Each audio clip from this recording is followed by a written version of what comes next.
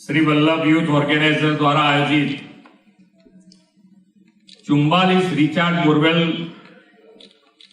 ना लोकार्पण प्रसंगे अपनी सौनी साथे मंच पर उपस्थित वैष्णव आचार्य पूज्य श्री ब्रजकुमार जी, मारा साथी धारासभ्य और पूर्व मंत्री श्री जीतुभाई वाघाणी, धारासभ्य श्रीमती रीटाबेन पटेल, धारासभ्य Shri Kerubhai Rokadiya, mayor Shri Hiteshbhai Makwana, deputy mayor Shri Seval Singh गोल,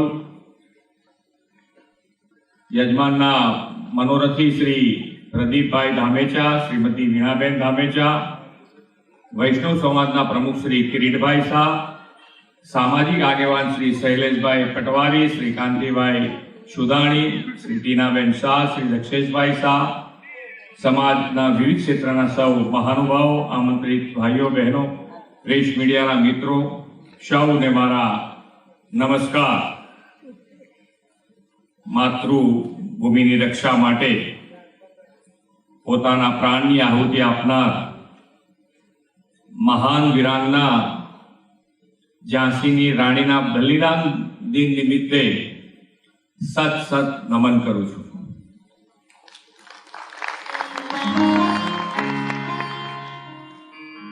विश्वना सौथी लोकप्रिय नेता और देशना यशस्वी वडाप्रधान श्री नरेंद्रभाई मोदीए भारतना सुशासननी धुरा सतत त्रीजी वार संभाળી છે।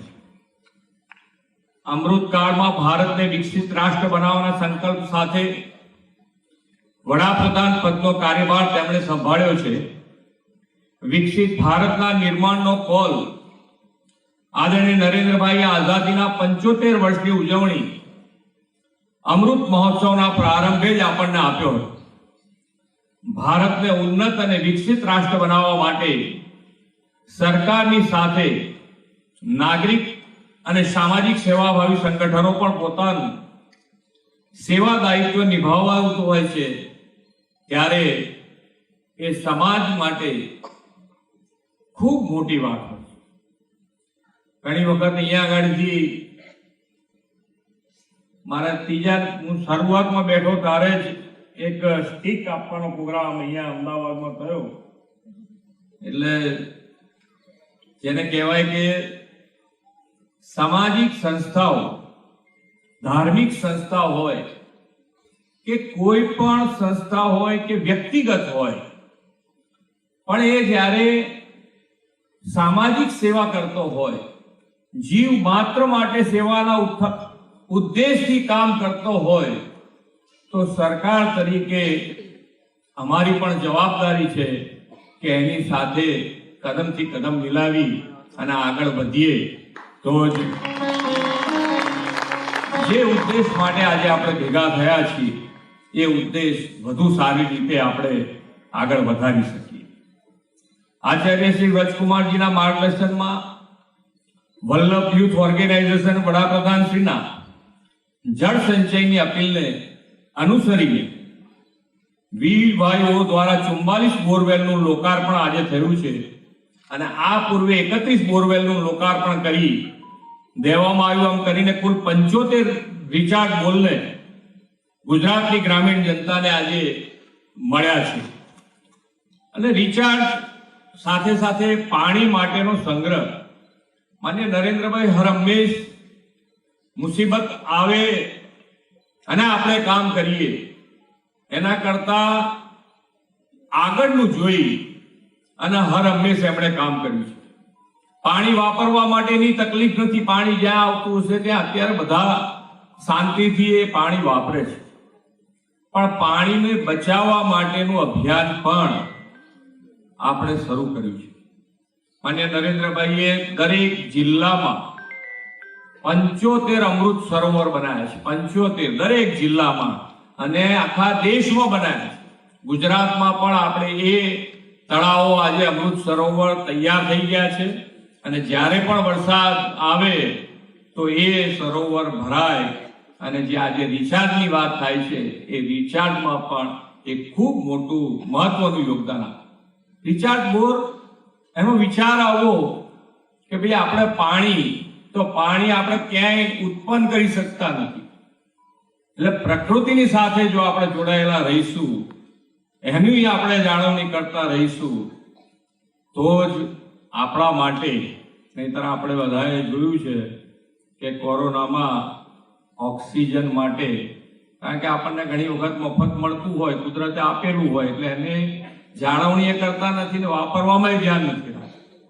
પણ એક વખત આપણને પૂરેપૂરો દરેક જણને કે ભાઈ પૈસા હશે, ગરીબ હશે, બધાને ખબર પડી ગઈ કે આ વસ્તુ જો નહીં હોય તો આપણે બધા ગમે ત્યારે હેરાન થઈ જઈએ. ગમે તેટલા સુખ સાધન સંપત્તિ આપણી પાસે હશે, પણ કુદરતને જો સાથે નહીં રાખીએ તો આપણને હેરાન થતા 1 મિનિટની વાર લાગે એવું નથી. એટલે આપણે સૌ સાથે મળી અને આવા ઉત્તમ કાર્યો કે જે જીવ માત્રના ઉપયોગી હોય એવા કરતા રહીએ.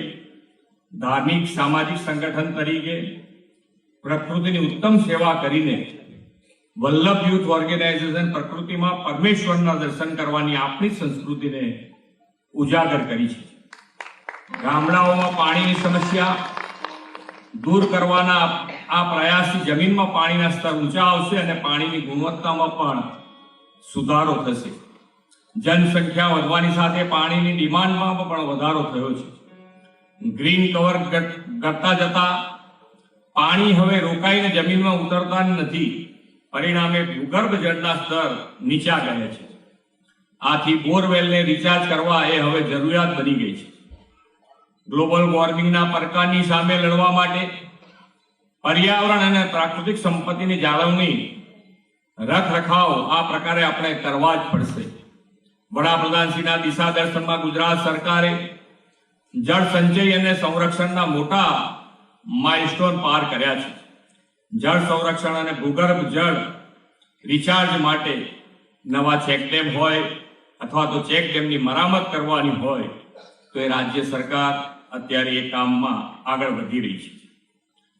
ભૂગર્ભ જળના રિચાર્જ માટે ઉત્તર ગુજરાત તથા કચ્છ જિલ્લામાં સરકાર પણ 72 કરોડના ખર્ચે 544 રિચાર્જ ટ્યુબવેલના કામો કેન્દ્ર સરકારના અટલ ભૂજલ યોજના અંતર્ગત અત્યારે પ્રગતિમાં છે અને બીજા 98 કરોડના ખર્ચે 1168 ગામોમાં રિચાર્જ ટ્યુબવેલના કામનું આયોજન આપણે હાથ ધર્યું છે.